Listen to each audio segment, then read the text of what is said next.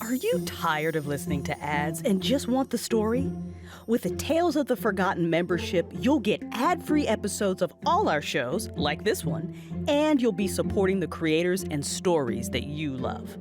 Go to talesoftheforgotten.com/membership.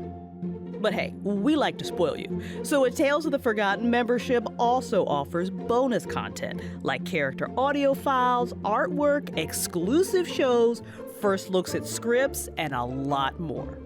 So go to talesoftheforgotten.com/membership or just click the link in the description.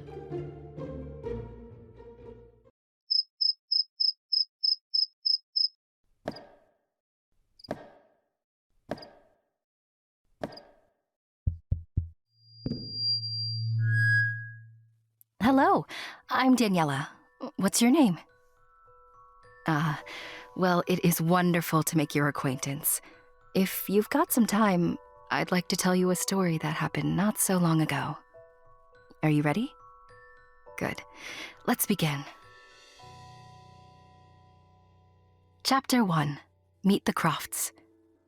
In my dream, the angel shrugged and said, "If we fail this time, it will be a failure of imagination." And then she placed the world gently in the palm of my hand. Story people. Once upon a time... No, wait. You're an adult. That's not catchy enough for you. One moment. It was a dark and stormy...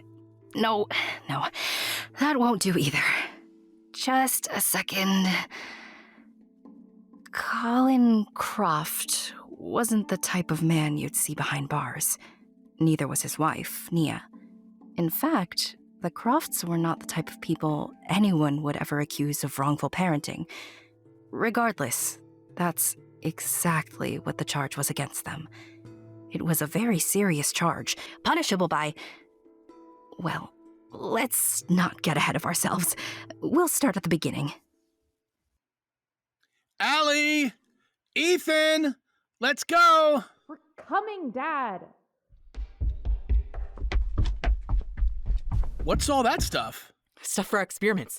Dowsing rods and a few crystals and an electromagnetic... What's a dowsing rod? It's used to measure the Earth's energy field. I want to see how strong it is around the stones. The chambers are on ley lines, too. Exactly. They probably have some untapped power. Colin's amusement with the conversation deepened the laugh lines around his mouth.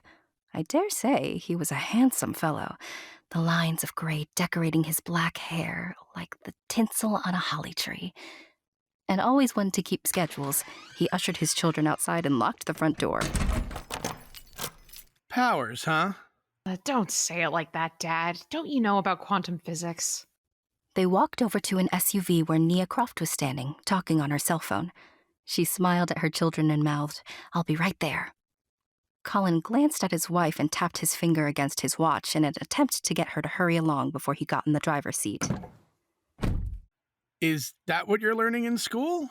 No, they don't teach us about that type of stuff in school. We just memorize and regurgitate facts that we'll never use again in our life. They should, though. It's way more interesting. Hey, regurgitate is a big word. I bet you learned it in school. Totally missing the point, Dad. I know. Well, look, as long as your independent research doesn't interfere with your homework, you keep doing what you're doing. Allie pulled out her cell phone and put in her headphones, the telltale sign that a teenager had had enough of parental wisdom. Ethan had long since stuck his nose into his copy of Yes magazine.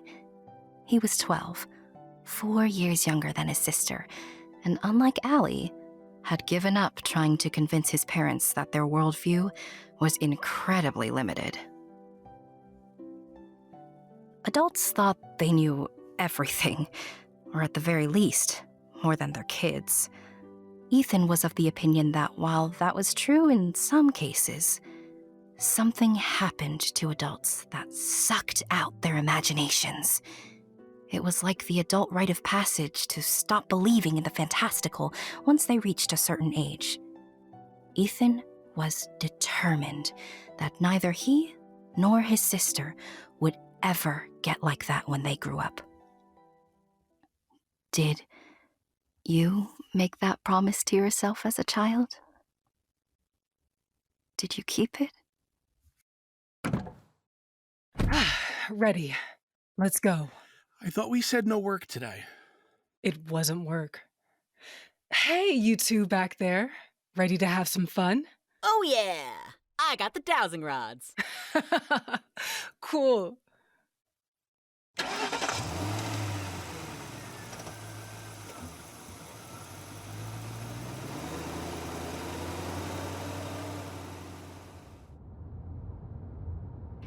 Though he wanted to, Colin didn't ask who Nia had been talking to on the phone. They were 6 months into their separation, and he didn't feel like he had that right anymore. The family lapsed into a comfortable silence as they made the 45-minute drive to their destination chosen by their children. In case you were not aware, scattered across New England, there are hundreds upon thousands of miles of ancient stone circles, walls, rows, and chambers. The Croft family SUV finally stopped just a few yards back from 2 of these chambers. A stone wall ran alongside them to the east, right on the edge of the forest line.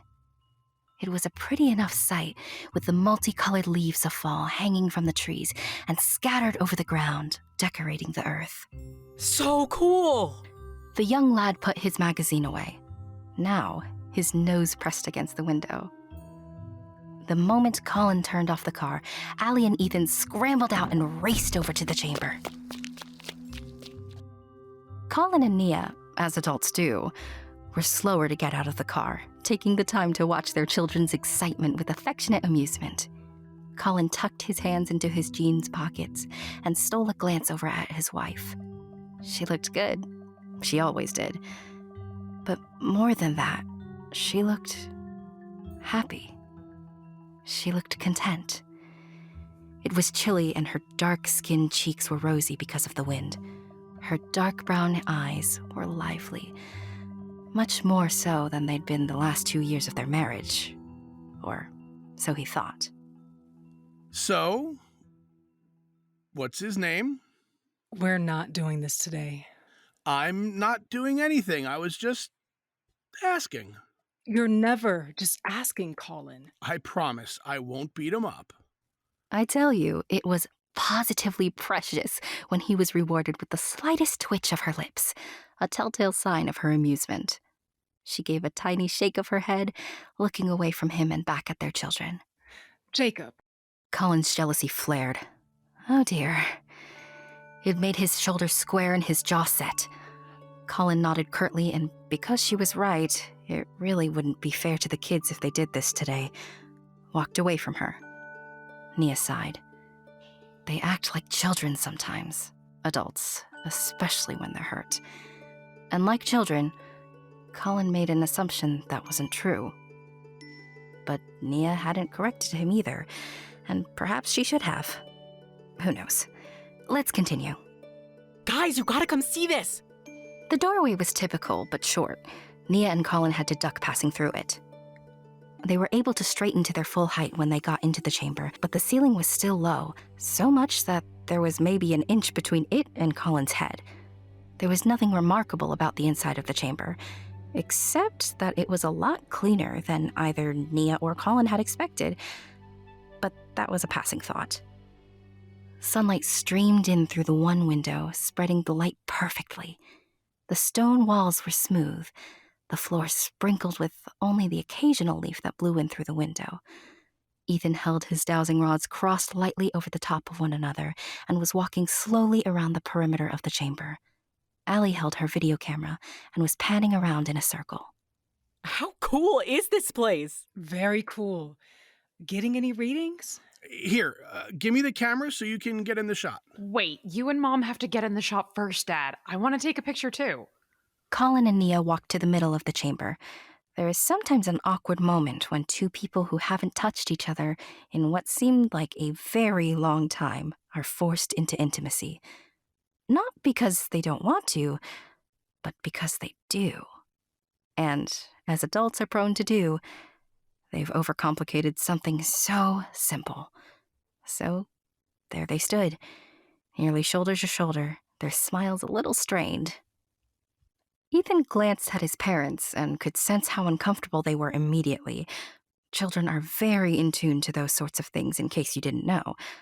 Like children often do, he decided to make it worse. Get closer, Mom and Dad. We'll block your light if we do. Seriously? If you two don't get closer, I'm going to banish you to another realm where you're permanently stuck together. Allie and Ethan didn't realize it, but the moment Allie said, "banish you to another realm," the chamber did what it's meant to do, which meant that Nia and Colin Croft disappeared.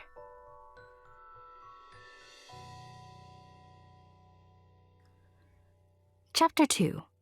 No, but seriously, where are we?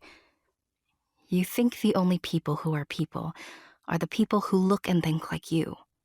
But if you walk the footsteps of a stranger, you'll learn things you never knew. Colors of the Wind. To be teleported for the first time is an incredibly odd sensation. It's a full-body tingle that's somehow just a little different from the way it feels when your foot falls asleep. It's followed by a bright flash of light in front of your eyes, causing you to blink, and then bam, you're somewhere new. The first thing Colin and Nia noticed was that their children were no longer in front of them. Allie? Ethan? Nia was the first to realize the chamber was different. There was the same window behind them, but it was dark out. Inside the chamber, there were rectangular-shaped crystals embedded into the stone, and they were glowing, providing the room with a warm, soothing light. Colin? What just happened? I don't know. Allie! Ethan! If they needed more proof that they were not where they had been originally, here it was. Night had suddenly fallen, an almost full moon hanging low in the sky. As Colin and Nia exited the chamber, it was easy for them to see that the landscape was nearly identical because tall, gleaming silver rods stretched a good 7 feet above the ground. Circular-shaped crystals sat on their tops, glowing with the same soothing tone as the ones inside the chamber. It wasn't quiet. The woods around them were alive with wildlife. But Nia and Colin noticed that while some sounds were familiar, others were not. In between the cricket's hum and the true katydids, there were voices and giggles, but they were faint and sounded to Nia and Colin almost ethereal. Ethan! Allie! Is that you out there? That's not them, Colin. How did we lose daylight? Where are we? And where are the kids? Now, usually when faced with the sudden disappearance of one's children, parents are highly upset, frantic even. Colin and Nia, while concerned, were not at that level of panic. That was because instinctively, on a level they were not yet ready to recognize, they knew their children were fine. Before either one of them could answer the other one's question, they heard voices echo out from the chamber. A second later, out walked a very handsome man with long, straight blonde hair, a pointed nose, and Colin and Nia realized with some amazement, pointed ears. Very pointed ears. Elf-like pointed ears. With the man was a young boy, no more than 8 or 9, that shared his father's remarkable features. He was looking up at his father in pure, childlike excitement. That was great practice, Dad. You did exceptionally well. Your mind is getting stronger every day. It was then Calanon noticed Nia and Colin. At first, he looked surprised, but not for the reason you might think. Oh my goodness. Well, hello. We usually don't see you in these parts. Kapui, I thought I'd have to travel 100,000 miles to see you. Now, Thalanon, don't exaggerate. Humans don't live that far away. At this point, Colin and Nia were both thoroughly confused. They looked at each other, then back at the couple. Colin frowned. His first thought was that the man in front of him was obviously a lunatic. Nia, on the other hand, thought the man must be playing with his son and was loath to break character, whatever that might be. Excuse us. I'm Nia. This is my husband, Colin. Did you just come from inside that chamber? Well, hello, Colin and Nia. I'm Calanon, and this is my son, Thalanon. And yes, of course we did. It's the fastest method of transportation around here, and it's high time for Thalanon to exercise his mental muscles. Didn't you come from the chamber? Transportation? That chamber? Yes, that chamber. And your son knows how to operate it? Very well. He gets better every day. How is he able to do that? With his mind, of course. With his mind. Yes. How else would he do it? With a button or a control panel or something more realistic, maybe? Calanon was beginning to grow uncomfortable under Colin's disapproving eyes. He took a step back from Colin and Nia, drawing his son closer to him. Are you two feeling all right? I'm fine. It's you I'm worried about.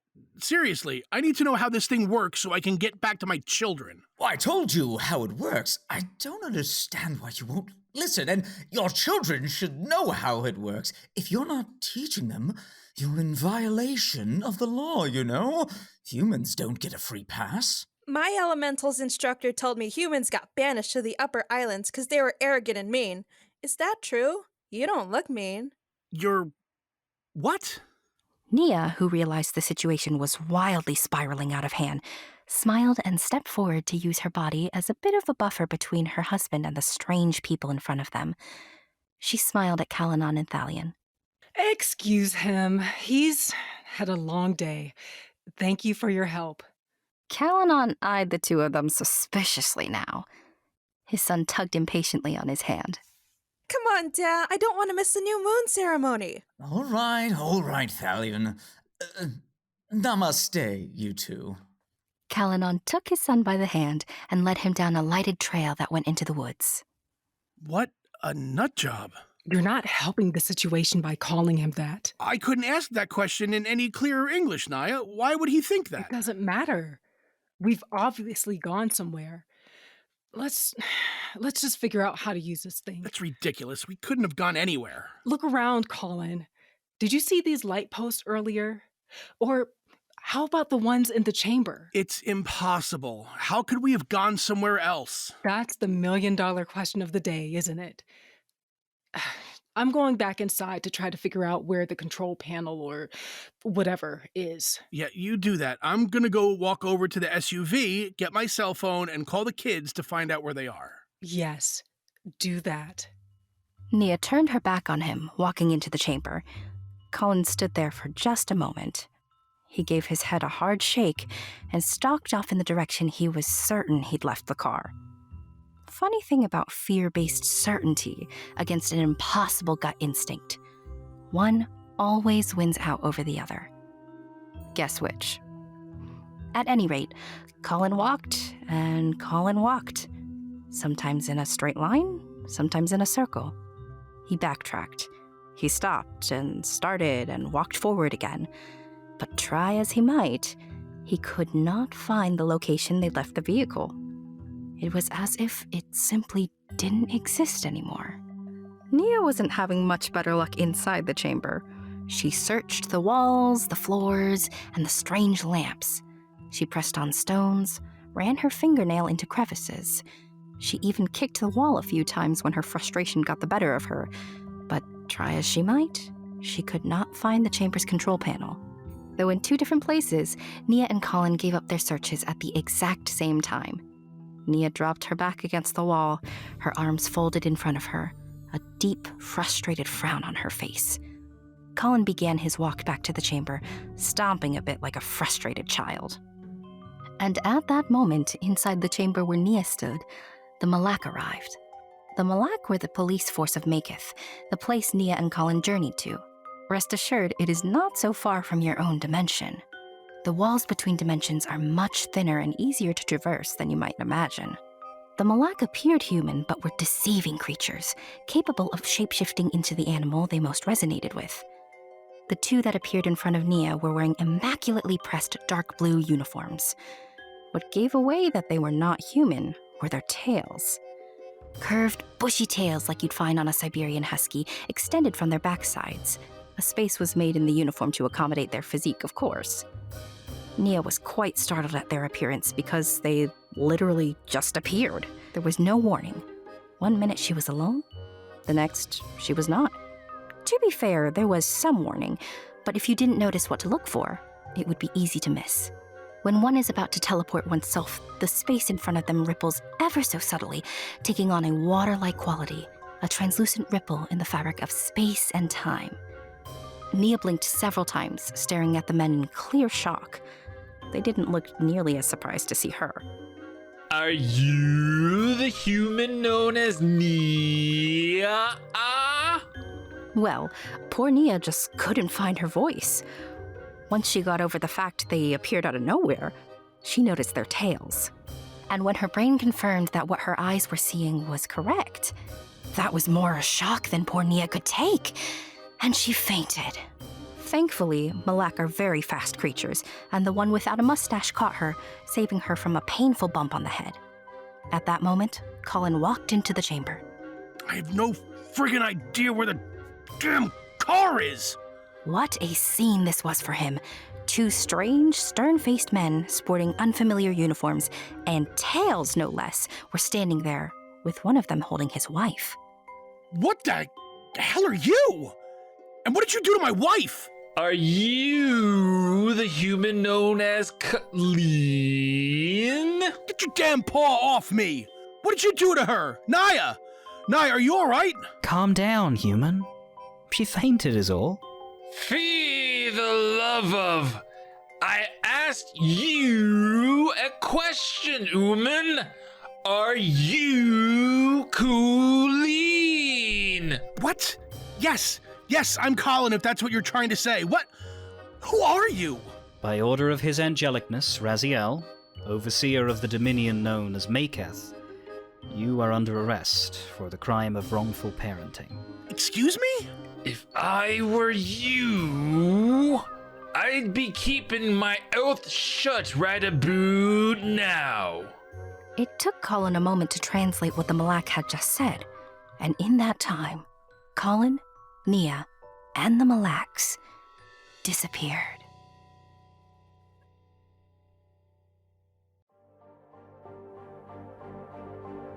I hope you've enjoyed listening to A Fairy Tale for Adults.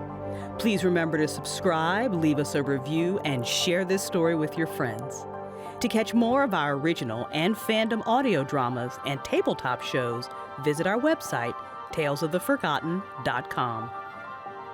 A Fairy Tale for Adults was written and directed by Crystal Storm. Sound design by Hannah Cardeilhac.